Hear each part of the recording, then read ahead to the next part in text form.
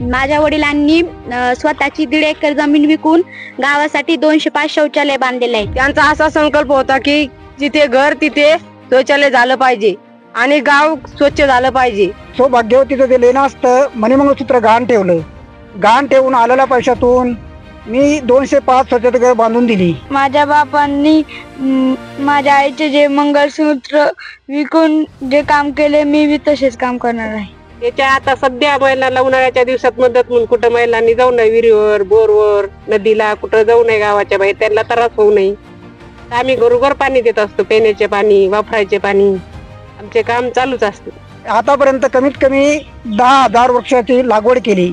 गावची भीषण परिस्थिती झाली होती, एक हंडाभर सुद्धा गावात पाणी मिळत नव्हतं। तर प्रत्येक 50 ते 60 कुटुंबापर्यंत पाईप टाकून प्रत्येकांच्या घरोघर पाणी पोहोचले आहे। पाण्याची टंचाई असल्यामुळे त्यांनी 2 बोरवेल घेऊन स्वतःचे 70-80 हजार रुपये खर्च करून गावाची ताण भागवली आहे।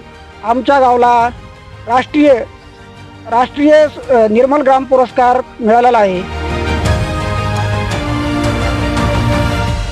नमस्कार, मी योगेश story.com मध्ये आपलं सहर्ष स्वागत करत आहे। मी आलेलो आहे जालना जिल्ह्यातील अंबड तालुक्यातील डोमेगाव या गावामध्ये। या गावातील ग्रामपंचायतला पाणी पुरवठा करणाऱ्या एका कर्मचाऱ्याची एक आगळीवेगळी कथा मी आपल्याला दाखवणार आहे। कारण या कर्मचाऱ्यांनी स्वतःची जमीन 1.5 एकर जमीन विकून गावात 205 शौचालय बांधून दिलेले आहेत। तसेच या गावात त्यांनी 10,000 वृक्ष लागवड केलेली आहे व स्वखर्चातून पुन्हा ते कमी की काय बोरवेल घेऊन गावाची पाण्याची तहान या आगळ्या वेगळ्या स्टोरीमध्ये आपल्याला पाहायला मिळणार आहे। आपल्यासोबत बाबासाहेब शेळके यांनी जेव्हा गावामध्ये जे कष्ट केलेत आणि जो उपक्रम राबवला ते स्वतः आपल्यासोबत जुडलेले आहेत। काय सांगाल काका, कशी सुचली संकल्पना, काय नाव तुमचं? माझे नाव बाबासाहेब राधाकिशन शेळके, ग्रामपंचायत पाणी पुरवठा कर्मचारी, डोमेगाव, तालुका अंबड, जिल्हा जालना। आमचे जे ग्रामसेवक होते एमडीकड, त्यांनी सुरुवातीला थोडेगाव येथे निर्मल ग्रामची काम चालू होते।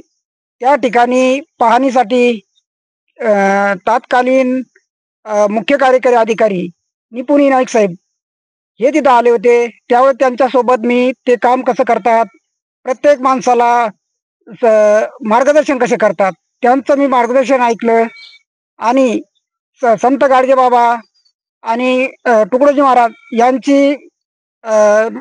यांचं थोडंसं अवलोकन केलं आणि यांच्यावर पाय ठेवून मी माझं गाव सुद्धा स्वच्छ, सुंदर, हिरवगार होईल हे मला सुचलं। मी त्यावेळेस स्वतःची 1.5 एकर जमीन विकली, त्या आलेल्या पैशातून 180 स्वच्छतागृह बांधून दिले।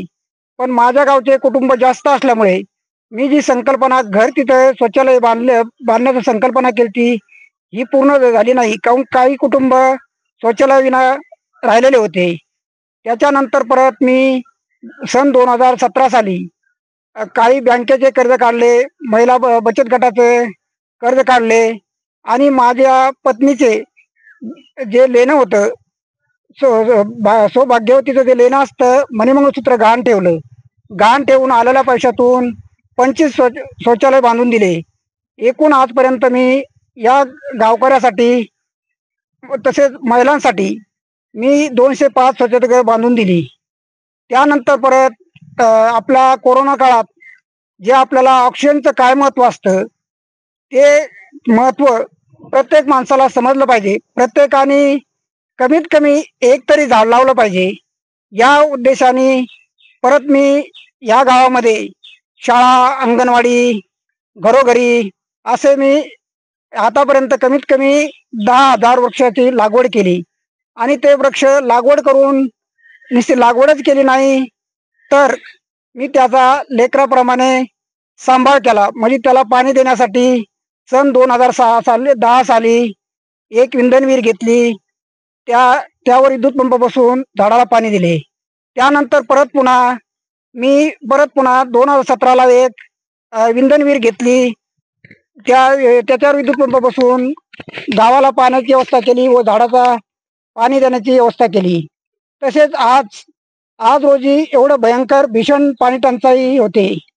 या भीषण पाणी टंचाईवर मात करण्यासाठी आणि गावकऱ्यांना कुठेतरी लांब पाणी आणायला जावं लागत होतं. गावची भीषण परिस्थिती झाली होती. एक हंडाभर सुद्धा गावात पाणी मिळत नव्हतं. याकरता आम्ही परत गलाटा नदीवर 2 बोरवेल घेतले. त्या बोरवेलवर 2 विद्युत पंप बसवले आणि ते पाणी पुरवठा विहिरीत सोडले. ते पाणी सोडून तसे ते गावात पाण्याची मोठी 45,000 लिटरची क्षमतेची टाकी आहे. त्या टाकीला पाणी सोडून ते वस्तीला पाणी दिले जाते. त्यानंतर परत आमच्या दलित वस्तीमध्ये पाईपलाईन आहे, त्या पाईपलाईनला पाणी सोडले जाते. आणि तसेच आमच्या गावामध्ये एक अर्ध्या गावाला म्हणजे नळ योजना 2094ची नळ योजना असल्यामुळे ते नादुरुस्त आहे. तर मी येथून तर प्रत्येक 50 ते 60 कुटुंबापर्यंत पाईप टाकून प्रत्येकांच्या घरोघर पाणी पोहोचले आहे. असे बरेच उपक्रम तुम्ही गावामध्ये स्वखर्चातून राबवलेले आहेत. यानंतर तुमच्याकडं शासनाचं लक्ष गेलेलं का? कुठं पुरस्कार वगैरे मिळालेत का?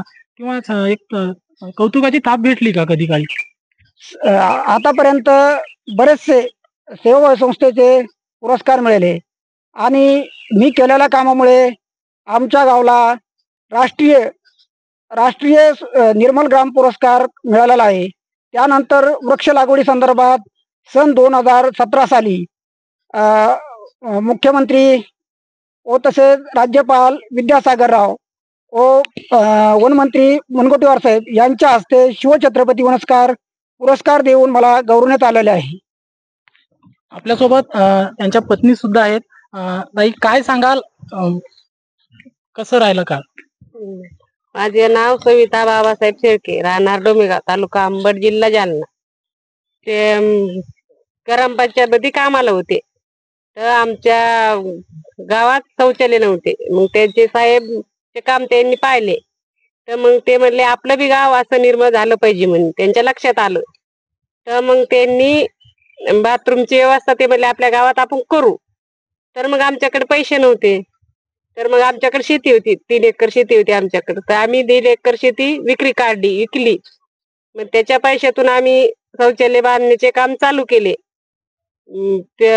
मग चालू केले आम्ही सिमेंट आणणं, हे करणं, काम मिस्त्री लक्षात घेतले आम्ही. तर घरोघर आम्ही शौचालय बांधले. तर मग आम्हाला परत पैसे कमी पडू लागले. तर मग आम्ही वेगवेगळ्या फायनान्सचे आम्ही कर्ज घेतले. हप्त्यावरी फेडले आम्ही ते कर्ज. 2-3 बँकेचे कर्ज घेतले आम्ही. तर मग तरी बी आम्हाला पैसे कमीच पडले. तर माझ्या गळ्यातले म्हणजे मंगळसूत्रे आम्ही गहाण ठेवले, त्याचे पैसे आणले. तर परत आम्ही खर्च केले, घरोघर शौचालय बांधले महिलांसाठी. तर मग असे आम्ही 205 शौचालय घरोघर बांधलेले आहेत. तर मग त्याच्यासाठी पाणी नव्हतं आमच्या गावामध्ये. तर मग आम्ही बोर घेतले त्याच्यासाठी. बैलांना घरोघर नळीनं पाणी आम्ही देत असतो, सध्या पण देत होतो आम्ही. आणि आता उन्हाळ्याचे दिवस आलेले तर आमच्या गावाशेजारी एक नदी आहे, तिथं आम्ही 2 बोरवेल घेतले. त्याच्या आता सध्या महिलांना उन्हाळ्याच्या दिवसात मदत म्हणून कुठं महिलांनी जाऊ नये, विहिरीवर, बोरवर, नदीला कुठं जाऊ नये गावाच्या बाहेर, त्यांना त्रास होऊ नये. तर आम्ही घरोघर पाणी देत असतो, पिण्याचे पाणी, वापरायचे पाणी. आमचे काम चालूच असते. आपल्यासोबत शेळकेबाबांची मुलगी सुद्धा आहेत.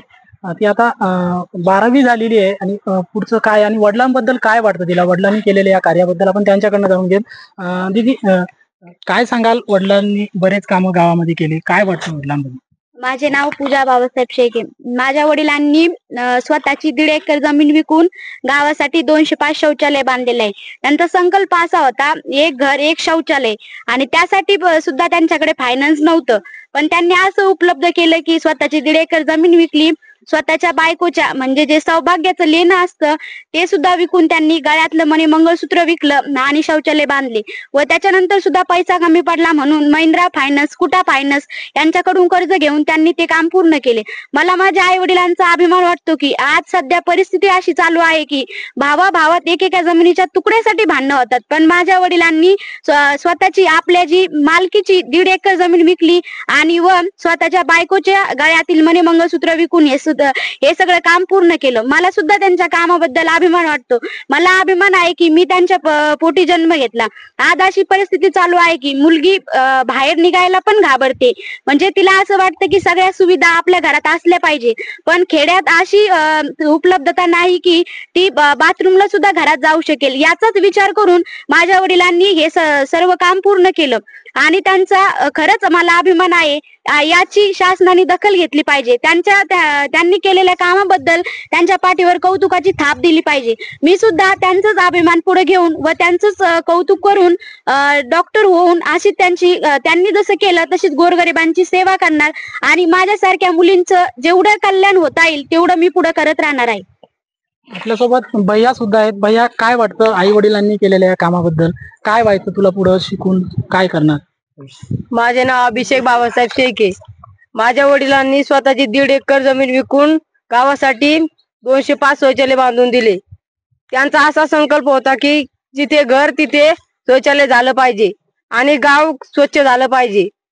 त्यांचा संकल्प पूर्ण झाला आहे आणि त्यांनी स्वतः जमीन विकली, पण त्यांनी 180 शौचालय बांधले आणि त्यांनी अनेक बँकाकडून कर्ज घेतले. कर्ज घेऊन सुद्धा त्यांना पैसे कमी पडू लागले. मग त्यांनी माझ्या आईच्या गळ्यातले मणी मंगळसूत्र गहाण ठेवले व तो संकल्प पूर्ण केला आणि आमच्या गावात 205 शौचालय बांधून दिले. त्यांनी गावात 10,000 झाडे लावले आहेत. आमच्या गावात एक मोठी शाळा आहे, तिथे लहान शाळेमध्ये, ग्रामपंचायत जवळ, अंगणवाडीमध्ये झाडे लावले आहेत. व आता पाण्याची टंचाई असल्यामुळे त्यांनी 2 बोरवेल घेऊन स्वतःचे 70-80 हजार रुपये खर्च करून गावाची ताण भागवली आहे. पुढं शिकून काय व्हायचंय तुला? मला UPSC परीक्षा देऊन IAS अधिकारी व्हायचं आहे. आपल्यासोबत त्यांचा एक छोटा मुलगा आहे. भैया, काय नाव तुझं? काय व्हायचं शिकून? माझे नाव कार्तिक बाबासाहेब शेळके. माझ्या बाबांनी जे कौतुक केले मी ते करणार आहे. मी मोठं होऊन कीर्तनकार होणार आहे आणि गावासाठी कीर्तन करणार व माझ्या बापांनी माझ्या आईचे जे मंगळसूत्र विकून जे काम केले मी तसेच काम करणार आहे.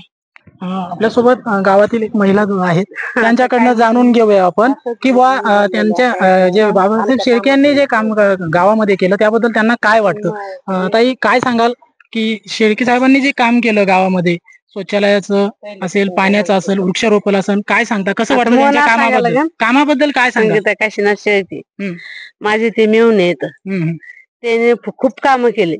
मला पण त्यांचा आभारवान वाटतो. माझी मिळून जमीन विकली, संडास केले, गावामध्ये बोर घेतले, डबर एरीमध्ये आम्हाला पाणी देते, गावगाव नळी ओढीते, घरागणीच 12-1-2 वाजूस तर ते ओढी. आपल्यासोबत गावातील आणखी काही ग्रामस्थ आहेत, आपण त्यांच्याकडनं जाणून घेऊयात.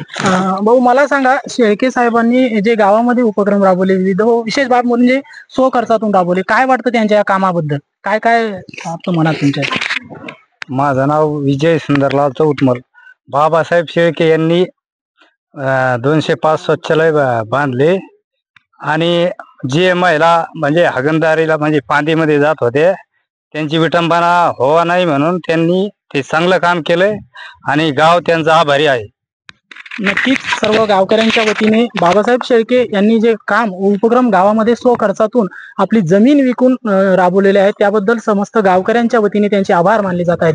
पण कुठेतरी शासनाने त्यांच्या या कामकाजाकडे व त्यांनी केलेल्या या बलिदानाकडे लक्ष देण्याची आता गरज आहे.